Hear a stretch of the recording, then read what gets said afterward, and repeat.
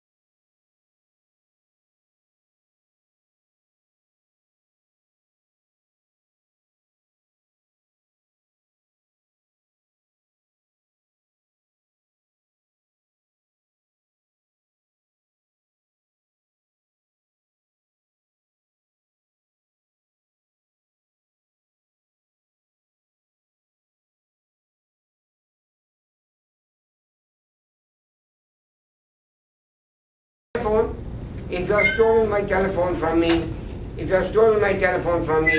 then you ask Allah, oh Allah, forgive me. No. Bring your telephone and give it back to me first. Say, here, I've taken this from you, please take it back, and then ask Allah forgiveness at the person. The well-being of our families, of our society, of the world at large, all around us.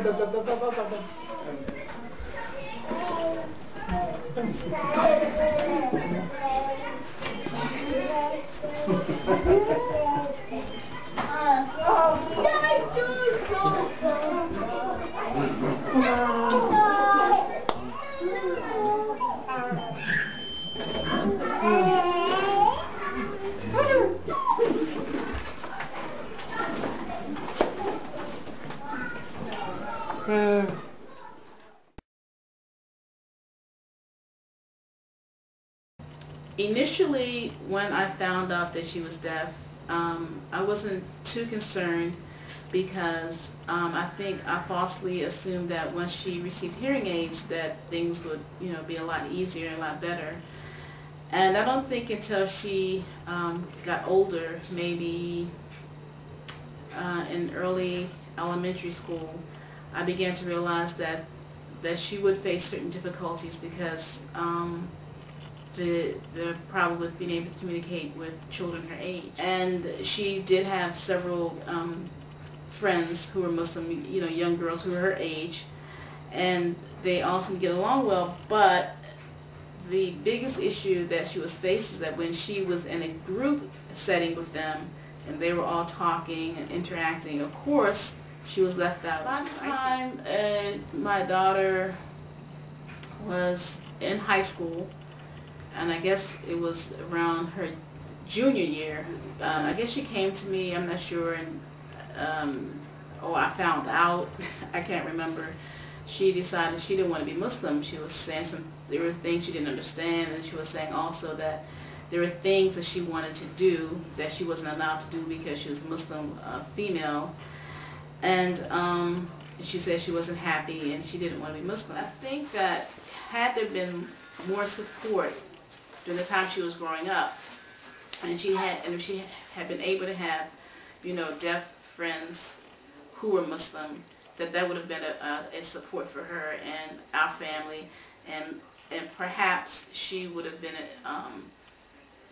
better able to understand Islam and what Islam means and her connection to her Creator and what all that meant if she had had more support within a deaf Muslim community. If an organization like Global Deaf Muslim existed back then, I think it would have been a lot of support. She would have been able to interact with a number of different deaf Muslims from various backgrounds. She would have been able to communicate. She would have been able to participate in classes and all different programs that Global Deaf Muslim tries to establish for the deaf community now.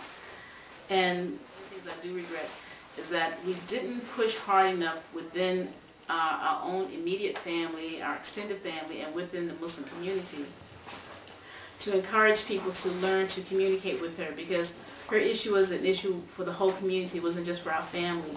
I think we should have pushed for people to learn sign language or even Q speech at the time that we were using Q speech. So, but for families out there who may have the same experience of having a deaf child, who you're trying to raise as Muslim, I think the most important thing you have to consider and the most important thing you have to do is really encourage everyone around you, your family, your friends, other Muslims within the Muslim community, to learn to communicate with your deaf child so that child will not be left out, so that child will not feel isolated and not be a part of their environment.